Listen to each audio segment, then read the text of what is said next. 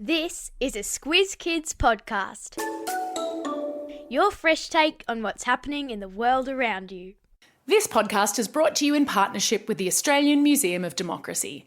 Curious kids, teachers and parents can learn more about Aussie democracy, civics and history by searching for the Museum of Australian Democracy.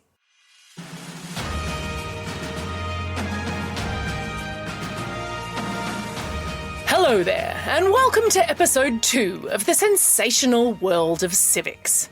I'm Amanda Bauer, head of Squiz Kids for Schools. Now, before you start rolling your eyes at the thought of a whole podcast series about civics and democracy, what a total snoozefest, right? Stop and think about this for a moment. How our government works and the decisions it makes reaches into almost every part of our everyday lives. How and why you go to school, the sports you play, the roads you drive on, the hospitals you rely on, the kind of society you're going to grow up and live in.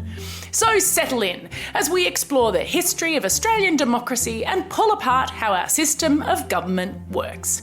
It'll be heaps more fun than it sounds, I promise.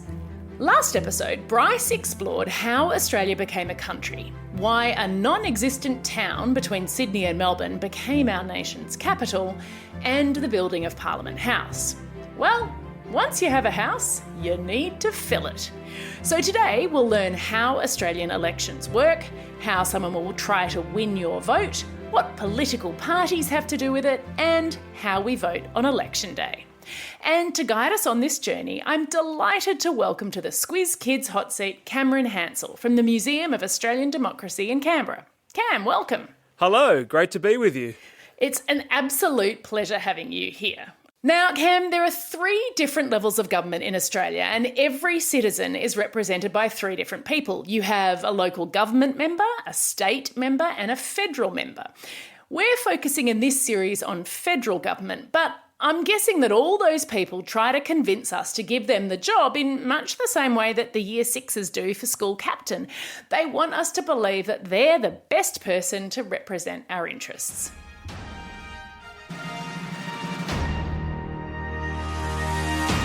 How do politicians try to win my vote? That's absolutely right, Amanda. In fact, candidates actually have a whole team of people working with them to help convince voters that they are the best person for the job. In the lead up to federal elections, candidates and their teams go into overdrive. They work day and night and spend hundreds of millions of dollars trying to win our vote. Hundreds of millions? What on earth are they spending that money on? All sorts of things. They conduct advertising campaigns, they hold events, they make TV appearances, and they travel all over the place talking to potential voters. How are you doing? And I'll tell you what, it's about more than just making their policies known. How you doing? They want to appeal to us on a personal level. How you doing? They want to show everybody that they're one of us. How you doing? That they are in touch with the average person. How you doing? They love having a nickname that makes them sound like they're one of our friends, like Albo or ScoMo. How you doing? And they do TV appearances where we meet their partners and their children, so we can see the bright, happy family that they belong to. Oh, and there's that old stereotype of the politician kissing the baby. Absolutely right, that old stereotype. And the reason they do that is because they want to show us that they are mothers and fathers too. They want to show us that they really care about everyday Australian people. But you know what? What? Things aren't always so positive in the world of campaigning. It isn't all babies, smiles and handshakes. Politics can get very toxic. To convince us that they really are the best person for the job, candidates usually try to convince us that their opponents are the worst person for the job. So as you can imagine, this can get pretty nasty at times. Oh, yes. And that sounds like those would be the times we'd need to use our newshound skills. We have to stop and think and then check. Why are the politicians saying this? Exactly right, Amanda. But I know your listeners are critical thinkers, so I would even like to set them up with a challenge this upcoming election campaign. Oh, bring it on. Well, Squiz Kids, when you see our leaders in the media in the coming weeks and months, really ask yourself, why are they there in that particular situation, talking to the people they're talking to in that particular way? But most importantly, what message are they really trying to put out there? Now that is an excellent challenge. And we also know that we can go to reputable sources who'll be working in overdrive to fact check what the politicians are saying. Absolutely. The news media are often thought of as a check and balance in government. They can ask questions and dig into the truth of what politicians are saying. Now, Cam, in the lead up to an election, we usually see signs on people's lawns and in people's windows or bumper stickers on their cars that show support for one candidate or another. And often those signs tell us that the person is a member of one party or another. We're not talking about the balloons and fairy bread kind of party, are we?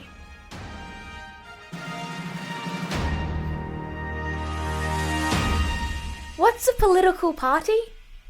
Now, they are similar to a balloon and fairy bread party because they're still groups of people who have come together for a particular reason. However, rather than coming together for somebody's birthday, these people come together because they share similar views on particular issues facing the community. Oh, yeah. Now stay with me, Amanda, because this is a tool which makes politics a lot easier to understand. Okay. Parties are awesome for voters because it generally allows us to know what kind of views a candidate has based on which party they belong to. Ah, so it's kind of like a cheat sheet to understanding what the candidate believes in and what they'll do if they're elected. Yeah, kind of. Some voters are very faithful to a particular party, and they will always vote for one of their candidates.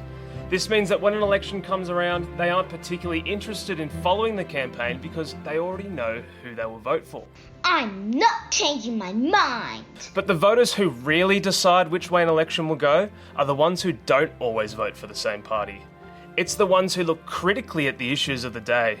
It's the ones who take note of what different parties are bringing to the table regarding the issues that are important to them, and then using that knowledge to make an informed decision. Right, so there's the thinking critically voters. And what are the main parties in Australia that those people are looking at and deciding between? Well, there are actually many parties. We have major and minor parties, or in other words, big parties and small parties. You may have heard of some of them. Our three major parties are the Labor Party, the Liberal Party and the Nationals. Right, and then the federal government is made up by the party or the parties that win a majority of seats in the House of Representatives. So I believe that since 1901, that's basically been either the Labor Party or a coalition, which sort of means a joint effort of the Liberal and National parties. Yeah, that's right. And the winning party gets to appoint all the ministers, like the Minister of Defence, the Treasurer, and so on. So the losing party makes up what we call the opposition. Yeah, so when people are voting in their community, they're not just considering who the candidates are individually, they're also thinking about which party they belong to and whether they like what that party is doing or planning to do overall. Yeah, got it. Okay. So let's fast forward to election day. The barbecue's fired up for the school sausage sizzle. The polling stations are ready to go. What actually happens when we go in to vote?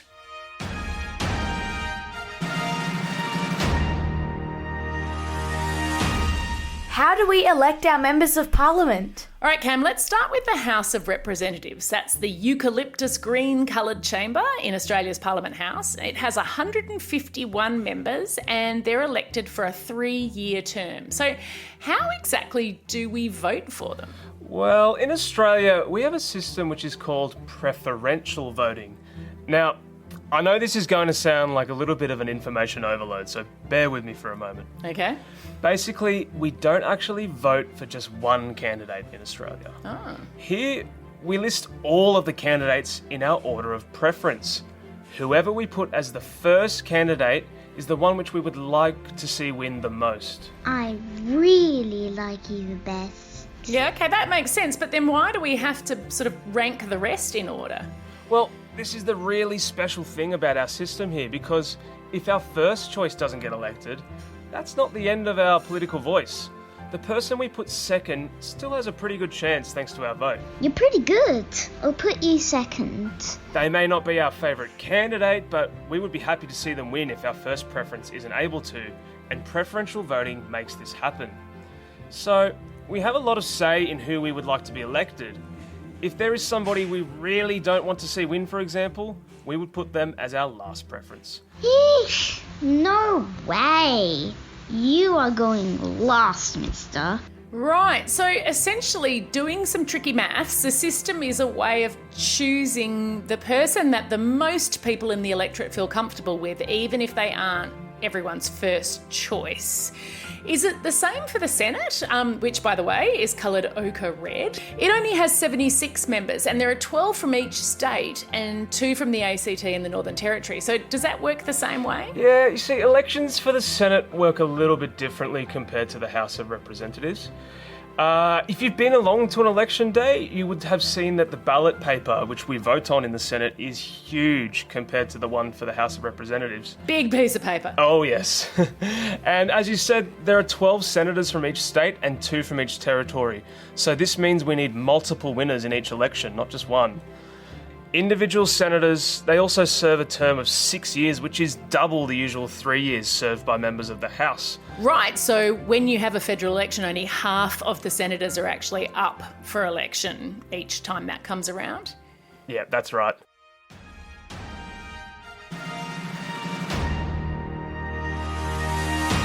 A quick message from our partner, the Museum of Australian Democracy. Civics is a big topic. There's way more to explore than can fit into this small episode. If you want to learn more, you can visit their website. They've got tons of classroom activities on Aussie history and government and media, as well as lots of information to support young changemakers like you. Better yet, visit them in person at the place it all began, Old Parliament House in Canberra. Just search the Museum of Australian Democracy.